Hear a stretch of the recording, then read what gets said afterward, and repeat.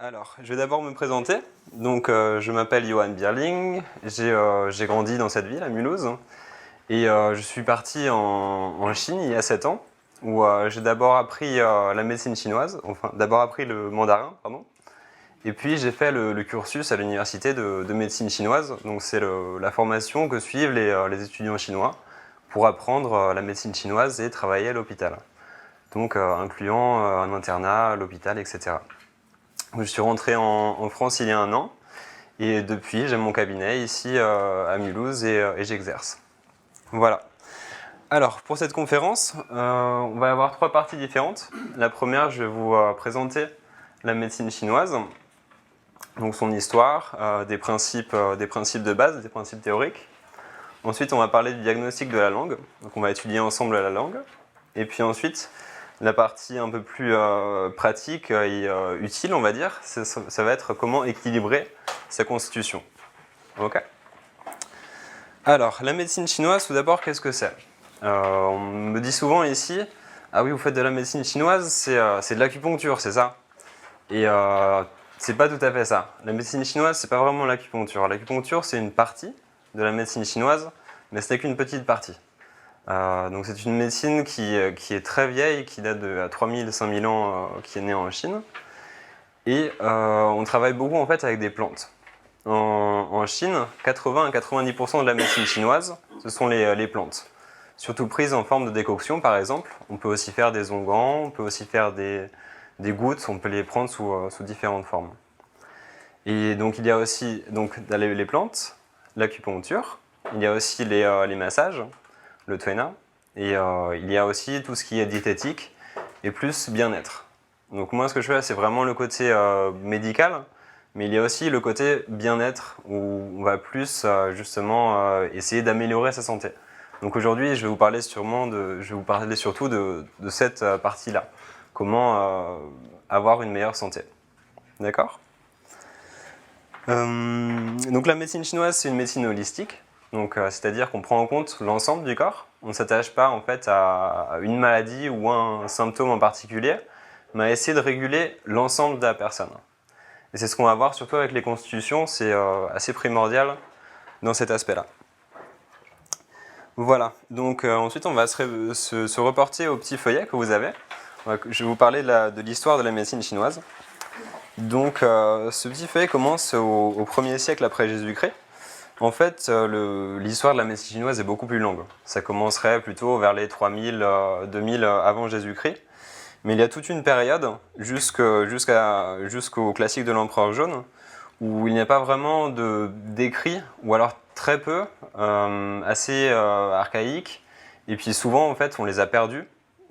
Jusqu'à maintenant, on ne retrouve plus la trace de ces écrits. Donc en fait, c'est à partir du moment du Huang Dinei du classique de l'Empereur jaune, où la médecine chinoise prend vraiment sa forme. Disons qu'avant, il y a une accumulation d'expérience, c'est-à-dire que petit à petit, par exemple, les gens se rendent compte, ah bah tiens, ce point-là, en appuyant sur ce point, ou en le touchant avec une pierre, on va arriver à pouvoir améliorer certaines maladies.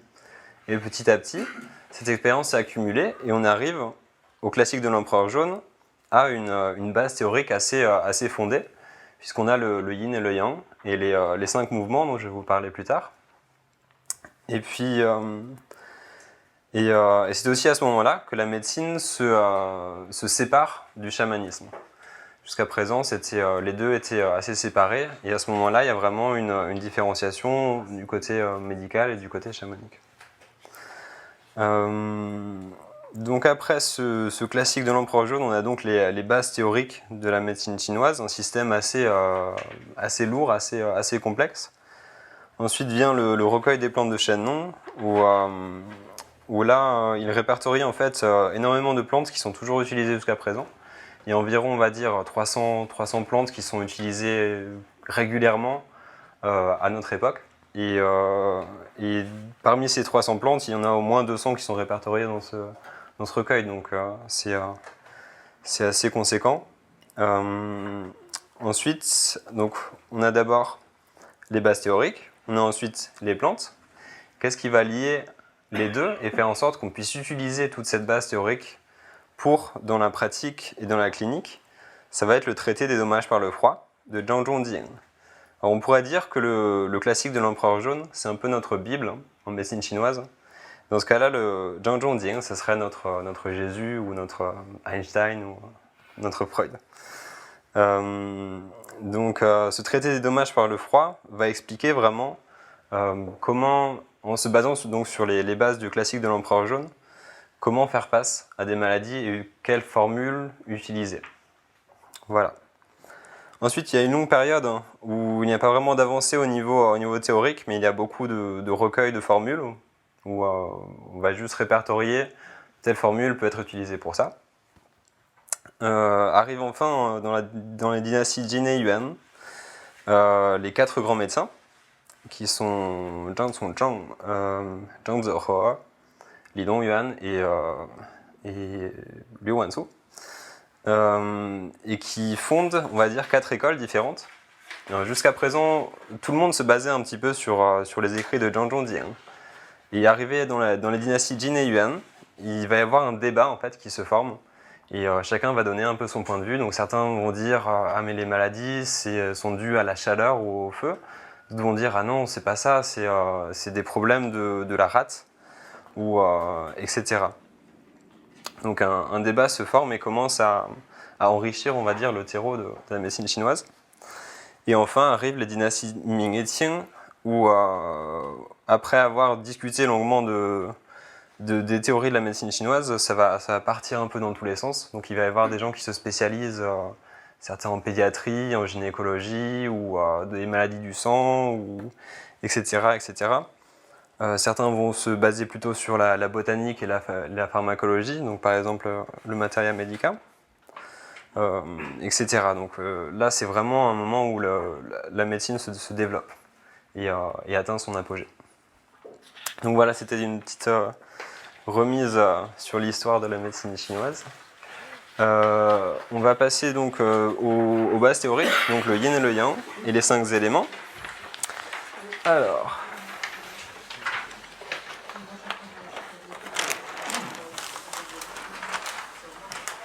si vous avez des questions, n'hésitez vraiment pas à poser à n'importe quel moment, à interrompre. Il y a beaucoup de contenu, il va y avoir beaucoup de choses à développer dans cette conférence, donc n'hésitez pas. Donc voilà, le yin et le yang, je vais vous écrire ça. En caractère traditionnel, ça donne ça. Et ça, c'est le yang. Donc ici à gauche, c'est la colline. Ensuite, ici, on a les nuages. Et ici, le soleil.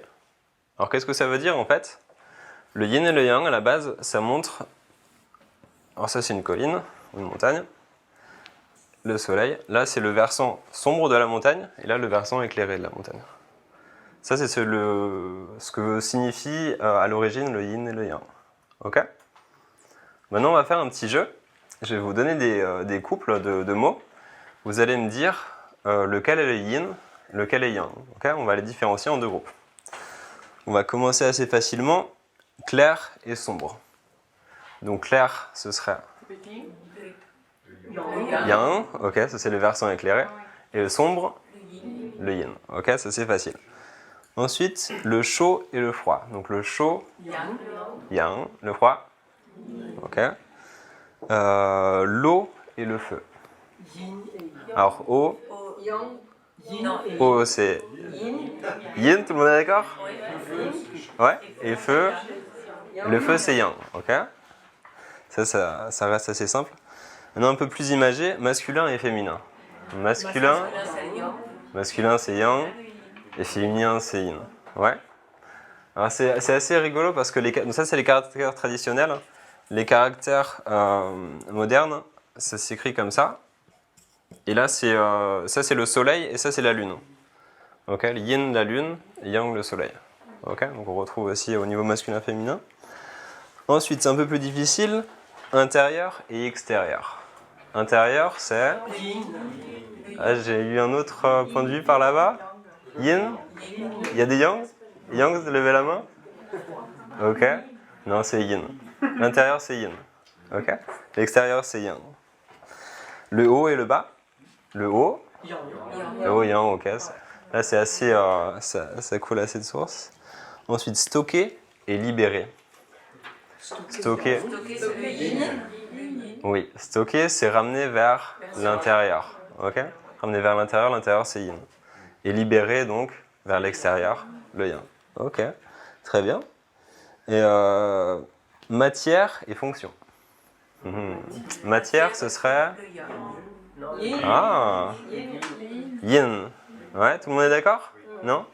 Matière, c'est yin, ça va être la base. Et la fonction, c'est ce qui est plus au-dessus, en fait. Ok? Ensuite, l'excès et le manque. Alors, le manque... L'excès yang, très bien. Ouais. Et le manque yin, forcément. Par élimination. Très bien, des très bonnes réponses. On a des bons joueurs. Alors, vous n'aurez pas de l'eau, je suis désolé, hein, j'ai rien amené. Ok, donc, alors ça c'est des petits couples de yin et de yang. Les règles, en fait, parce qu'on s'intéresse plus, plutôt qu'à savoir qu'est-ce qui est yin, qu'est-ce qui est yang, on s'intéresse plus à savoir comment ils interagissent l'un et l'autre et comment ils se développent. C'est ça qui est plutôt intéressant. Donc les règles de base du yin et du yang, c'est par exemple, ils sont à la fois séparés mais unis. Donc je vais vous faire notre dessin. Que vous connaissez tous. Voilà. Alors ça, ce n'est pas le yin et le yang, ça c'est le dessin qui s'appelle Taiji Tu, c'est-à-dire le dessin des opposés, le dessin des pôles. Voilà, ça s'appelle Taiji. Donc, le yin et le yang sont à la fois séparés. Par exemple, on va avoir le dos qui est yang et le thorax, abdomen qui est yin, mais à la fois unis. Disons qu'on ne peut pas séparer le dos et le thorax, ça n'aurait pas de sens. Donc on retrouvait ça, en fait, ce signe, à l'origine, c'était écrit comme ça, c'était dessiné comme ça. Ça, c'est le yin et le yang à l'origine, des taoïstes. Ok? Qu'est-ce que ça veut dire, en fait? C'est qu'on ne peut pas les diviser, en fait. Le yin et le yang, ils sont unis, l'un ne va pas sans l'autre. La deuxième règle, c'est qu'ils sont à la fois opposés, mais dépendants l'un de l'autre. Donc on a par exemple la matière et la fonction. La matière, ça va être la base de la fonction, ce qui permet à la fonction d'exister. Par exemple, une voiture, le fait d'avancer, elle va avoir besoin d'essence. Donc l'essence, ça serait yin, et le fait d'avancer de la voiture, ça serait yang. Mais c'est aussi la fonction qui va permettre de créer la matière. Sans fonction, on ne peut pas créer la matière. Donc l'un et l'autre sont dépendants. Donc ça peut paraître assez paradoxal, parce que justement, quand on a un manque de yang, il peut y avoir forcément un excès de yin. Ça paraît assez intuitif, non? Oui. Un manque de yin entraîne un excès de yang. Quand on n'a pas assez de froid, on a trop de chaleur. Voilà. Mais à la fois, ils peuvent se consumer l'un et l'autre. Par exemple, un manque de yin peut entraîner aussi un manque de yang, parce qu'on n'a pas assez d'essence pour faire marcher la voiture. Donc un manque de matière entraîne un manque de fonction, ou l'inverse. Ok? Donc c'est un peu paradoxal, c'est l'esprit chinois, ça, c'est la philosophie chinoise. C'est toujours des choses un peu comme ça. Et en plus, ils peuvent se transformer l'un dans l'autre. Alors là, dans notre dessin du Taiji, c'est à ce niveau-là que ça se passe. C'est au moment où le yin devient yang. Et au moment où le yang devient yin. Ok? Ça, c'est les règles de base. En clinique, ce qu'on utilise beaucoup, c'est les bagang, on peut traduire par les 8 catégories. Donc ça, c'est sur votre petit dessin en haut. Alors, c'est le yin et le yang, le froid et la chaleur, la déficience et la plénitude, et l'intérieur et la superficie. Donc ceux d'en haut, ils font tous partie du yin, ceux d'en bas, tous partie du yang. Et ça, c'est ce qui va nous permettre en fait d'avoir une approche globale de tout le corps. C'est-à-dire qu'on va essayer de voir si le corps dans son ensemble est plutôt chaud ou plutôt froid, ou est plutôt en excès ou plutôt en déficience. Ok? Donc ce sont des outils. Ça, c'est les outils de base vraiment qu'on utilise en médecine chinoise pour comprendre une personne. Ok? Donc j'ai fini avec le yin et le yang. On va passer aux 5 mouvements.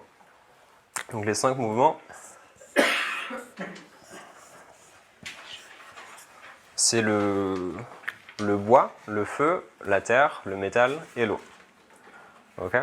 on parle souvent des cinq éléments. Alors pourquoi je vous parle des 5 mouvements et pas des 5 éléments? Tout d'abord, la première raison, c'est parce qu'à l'origine, on parle de wu. Xing. Xing, ça veut dire mouvement, ça veut dire déplacer, ça veut dire bouger. Ça n'a pas du tout une signification ce caractère n'a pas du tout une signification d'élément. Ensuite, une autre raison, c'est que les 5 mouvements, en fait, on va plus s'attacher à essayer de voir comment ils évoluent, comment ils bougent, que quelle est leur spécificité, plutôt que quelle matière ça. On ne va pas s'intéresser à la matière en soi. D'accord? Donc, par exemple, le bois, on ne va pas s'intéresser au fait que ce soit du bois, mais plutôt au fait que tout ce qui est végétal, par exemple, tous les arbres, les plantes, ont tendance à aller vers le haut. Donc le bois, en fait, ça symbolise une tendance à grandir, à croître, à naître, à aller vers le haut. C'est ça qu'on entend par bois, en fait. Donc vous pouvez regarder sur le graphique, le tableau.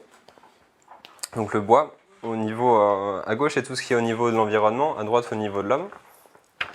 Donc à gauche, on aura par exemple, au niveau de la saison, c'est le printemps, parce qu'au printemps, c'est là où tout l'univers naît, où tout l'univers se développe. On aura l'élévation, on aura la naissance au niveau des étapes. Le feu, lui, par contre, il va symboliser une étape où justement tout a déjà eu le temps de croître et va être assez développé, assez exubérant, assez fort. Ça montre ce genre d'état. Donc c'est forcément au niveau des saisons l'été.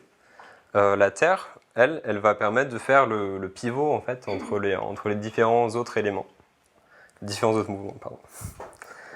Et le métal, celui qui va descendre, qui va purifier, qui va regrouper et qui va calmer. Donc c'est l'automne. L'eau, elle va permettre de regrouper et de stocker. Et donc c'est l'immergence, aller vers l'intérieur. Ça c'est l'élément eau. Donc la saison, en lien, c'est l'hiver. Bien sûr, l'hiver, on va plutôt avoir tendance à rester à l'intérieur de chez soi, à pas trop bouger, etc. C'est lié à cet état en fait de l'eau.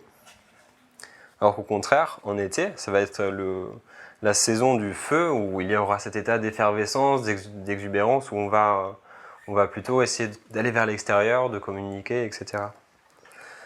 Au niveau des organes, donc on a les cinq organes, le foie, le cœur, la rate, le poumon et les reins. En fait, ces organes, c'est pas du tout les organes anatomiques. Il faut faire très attention, ça n'a rien à voir. Ce sont en fait une vision fonctionnelle du corps. Et ces organes vont symboliser certaines fonctions du corps. Par exemple, le foie, c'est la fonction de disperser et drainer le qi. Le cœur, c'est celui qui va gérer l'esprit, qui va contrôler l'esprit, qui va contrôler le sang aussi. La rate, sa fonction, c'est plutôt de transformer les aliments, par exemple, dans la digestion, donc elle est très liée à la digestion, et transformer tout ce qui est les déchets métaboliques du corps. Ça, c'est la fonction de la rate. Le poumon, lui, il va clarifier, il va faire descendre. Les reins, eux, ce sont eux qui ont la fonction de stocker l'essence vitale du corps. Donc voilà, c'est pas du tout en lien avec l'organe physique. Okay, il faut faire très attention à ça. Par exemple, dans le cas de nombreuses hépatites, on va avoir des problèmes de vomissement, de ballonnement, de diarrhée, etc. Ça, en médecine chinoise, c'est pas du tout lié au foie, c'est lié à la rate. Donc on peut avoir une hépatite et en médecine chinoise une déficience de rate. Ok? Il faut faire attention aux faux amis. Au niveau de l'émotion, donc c'est très lié au mouvement. Par exemple, une montée de colère. La colère, c'est une émotion qui a tendance à monter, à aller vers le haut du corps. Ok? Qui attire le yang-ti vers le haut. La tristesse, par contre, c'est une émotion qui va tendance à nous calmer, à nous redescendre sur terre. La peur, c'est une émotion qui nous ramène vers l'intérieur, qui nous ramène vers nous-mêmes. Les couleurs, par exemple, le rouge, c'est une couleur qui attise, qui est plutôt exubérante, qui va nous exciter. Alors que le noir, au contraire, c'est une couleur qui nous ramène vers nous-mêmes, qui qui nous recentre plutôt. Donc les corps et les orifices, ils sont les vassaux un peu des organes, parce que l'organe, en médecine chinoise, c'est le cœur fonctionnel du corps. Donc quand on traite en médecine chinoise, on traite toujours les organes. On traite toujours un manque de qi du cœur, un manque de yin des poumons ou une congestion du qi du foie, c'est toujours des choses comme ça. On ne va pas traiter par exemple l'œil directement. On ne va pas traiter l'œil, on va traiter une déficience du yin du foie. D'accord? Parce que les orifices ou les corps, ce sont les vassaux des organes. Ok? C'est bon?